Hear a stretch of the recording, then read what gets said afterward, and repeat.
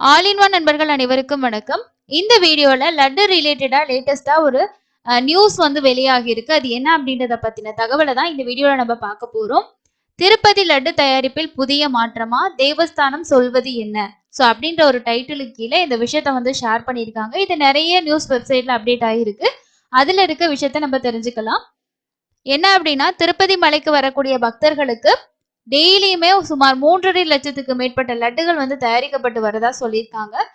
லட்டு தயாரிப்புக்கு தேவையான நெய்யை கடந்த 2019 ஆண்டு முதல் கர்நாடக அரசோட நந்தினி பால் கூட்டுறவு விற்பனை நிறுவனம் தேவஸ்தானத்துக்கு விற்பனை செஞ்சு வந்திருக்காங்க. அதற்கு முன் 2015 ஆண்டு வரைக்கும் 10 ஆண்டுகள் நந்தினி நிறுவனம் தேவஸ்தானத்திற்கு நெய் விற்பனை செய்து வந்தது. அதனைத் தொடர்ந்து 2019 ஆண்டு வரைக்கும் தமிழக அரசோட ஆவின் மற்றும் மகாராஷ்டிராவை சேர்ந்த தனியார் நிறுவனமும் நெய் சப்ளை வந்து செஞ்சுட்டு இருந்திருக்காங்க. இந்த நிலையில 2019 ஆண்டு முதல் மீண்டும் நந்தினி நிறுவனம் தேவஸ்தானத்துக்கு நெய் விற்பனை செய்வதற்கான ஒப்பந்தத்தை பெற்றது. ஆனால் கடந்த மார்ச் மாதம் நடைபெற்ற நெய் டெண்டர்ல நந்தினி நிறுவனம் கலந்து கொள்ளவில்லை. அந்த நிறுவனத்தை தேவஸ்தான நிர்வாகம் புறக்கணித்து விட்டதாக சமூக ஊடகங்கள்ல தகவல் வந்து பரவி இருக்கு.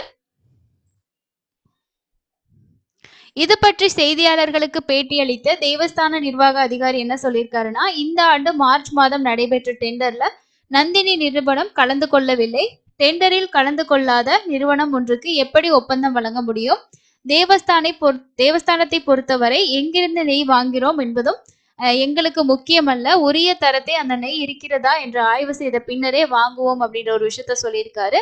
இந்த நிலையில இது பற்றி கூறும் லட்டு தயாரிப்பு ஊழியர்கள் நெய் வழங்கும் நிறுவனங்கள் மாறுவதால் லட்டின் சுவை மாறும் என்று எப்படி கூற முடியும் என்று கேள்வி எழுப்புகின்றனர். ஸோ இது வந்து ஒரு நியூஸ் சேனலுக்கு கொடுத்திருக்கக்கூடிய ஒரு தகவல் படி என்ன சொல்லியிருக்காங்க அப்படின்னா, 6 மாசத்துக்கு ஒரு முறை வந்து நெய் வாங்குவதற்கான டெண்டர் வந்து வெளியிடப்படுது. தரமான நெய்யை எந்த நிறுவனம் குறைந்த விலைக்கு கொடுக்கிறதோ அந்த நிறுவனத்திடமிருந்து தேவஸ்தானம் நெய் வாங்கும் அப்படின்றதும், டெண்டர்ல தேவஸ்தானம் நிபந்தனைகளுக்கு உட்பட்டு நெய் சப்ளை செய்யும் தகுதி படைத்த எந்த நிறுவனமும் கலந்து கொள்ளலாம் அப்படின்ற ஒரு விஷயத்த சொல்லியிருக்காங்க. அது மட்டும் இல்லாம இப்போ நெய் டெண்டர் மாறிடுச்சு அப்படின்றதுனால லட்டோட சுவை மாறும் அப்படின்றதுல எந்த ஒரு இதுவுமே கிடையாது. ஏன்னா வந்து அதுவங்க குறித்த தரத்துல இருந்தா மட்டும்தான் நாங்க வந்து வாங்குவோம் அப்படின்ற ஒரு விஷயத்த சொல்லியிருக்காங்க.